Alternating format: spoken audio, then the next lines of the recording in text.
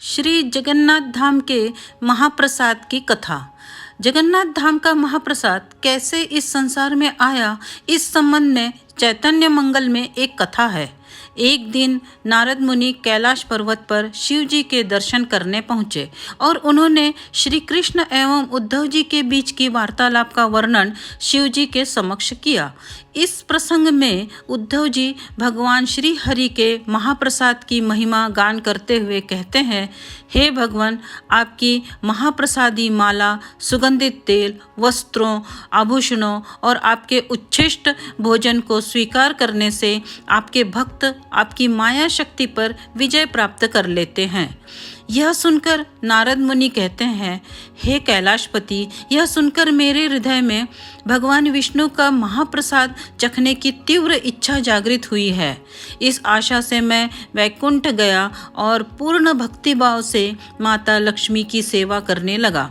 12 वर्षों तक सेवा करने के पश्चात एक दिन माता लक्ष्मी ने मुझसे पूछा, नारद, मैं तुम्हारी सेवा से अत्यंत प्रसन्न हूँ, तुम मनचाहा वर मांग लो। यह सुनकर नारद जी ने विनय भाव से कहा, हे माता, अनंत काल से मेरे हृदय में इस बात को लेकर पीड़ा है कि मैंने आज तक कभी भगवान विष्णु के महाप्रसाद का आस्वादन नहीं किया है। कृपया मेरी यह अभिलाषा पूरी कर दीजिए। यह सुनकर माता लक्ष्मी दुविधा में पड़ गई और कहने लगी, परंतु नारद जी, मेरे स्वामी ने मुझे कठोर निर्देश दिए हैं कि उनका महाप्रसाद किसी को भी न दिया जाए। मैं उनकी आज्ञा का उल्लंघन कैसे कर सकती हूँ? परंतु तुम्हारे लिए मैं अवश्य कुछ व्यवस्था करूँगी। कुछ समय पश्चात माता लक्ष्मी ने भगवान विष्णु से अपने हृदय की बात कही और बताया कि किस तरह उन्होंने भूलवश नारद मुनि को भगवान का महाप्रसाद देने का वचन दे दिया है। यह सुनकर भगवान विष्णु ने कहा, हे प्रिय, तुमने बड़ी भारी भूल की है, परंतु अब क्या किया जा सकता है? तुम नारद मुनि को मेरी अनुपस्थिति में मेरा महाप्रसाद दे सकती हो। नारद मुनि ने आगे कहा, हे महादेव, आप विश्वास नहीं करेंगे, महाप्रसाद के स्पर्श मात्र से ही मेरा तेज और आध्यात्मिक शक्ति 100 गुना बढ़ गई। मैं दिव्य भाव का अनुभव करने लगा और यही सुनाने में यहाँ आया हूँ। यह सुनकर कैलाशपति महादेव कहते हैं, हे नारद, निश्चित ही तुम्हारा तेज अलौकिक है, परंतु तुमने ऐसे दुर्लभ महाप्रसाद का एक कण भी मेरे लिए नहीं रखा। यह सुनकर नारद मुनि लज्जित हो जाते हैं, परंतु तभी उन्हें स्मरण हुआ कि उनके पास अभी भी थोड़ा महाप्रसाद बचा हुआ है। उन्होंने तुरंत उसे महादेव को दिया, जिसे महादेव जी ने अत्यंत सम्मानपूर्वक स्वीकार कर लिया। उसे ग्रहण करते ही श्री कृष्ण प्रेम में मस्त होकर भगवान शिव नृत्य करने लगे। उनके नृत्य की थिरकन से पृथ्वी हिलने लगी और भूकंप सा महसूस होने लगा।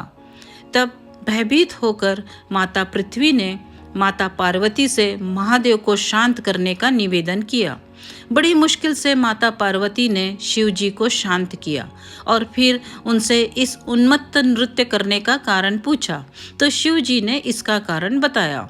यह सुनकर माता पार्वती रुष्ट होकर बोली, स्वामी, आपको महाप्रसाद मुझे भी देना चाहिए था। क्या आप नहीं जानते, मेरा नाम वैष्णवी है।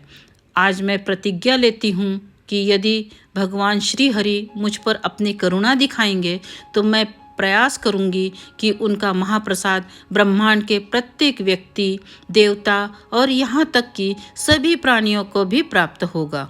तभी आश्चर्यजनक रूप से उसी क्षण भगवान विष्णु माता पार्वती के वचन की रक्षा हेतु वहाँ प्रकट हुए और बोले, हे देवी पार्वती, मैं आपको वचन देता हूँ कि मैं स्वयं तुम्हारी प्रतिज्ञा को पूर्ण करूँगा और पुरुषोत्तम क्षेत्र जगन्नाथपुरी में प्रकट होऊंगा और ब्रह्मांड में प्रत्येक जीव को अपना महाप्रसाद प्रदान करूँगा। इसीलिए आज भी जगन्नाथ मंदिर में भगवान जगन्नाथ को भोग लगाने के पश्चात सर्वप्रथम प्रसाद विमला देवी यानी माता पार्वती के मंदिर में अर्पित किया जाता है और प्रतिदिन हजारों भक्तों को महाप्रसाद दिया जाता है। यदि आपको ये पौराणिक कहानी अच्छी लगी हो तो प्लीज़ इसे लाइक करें, शेयर करें और इस चैनल को सब्सक्राइब करें। धन्यवाद।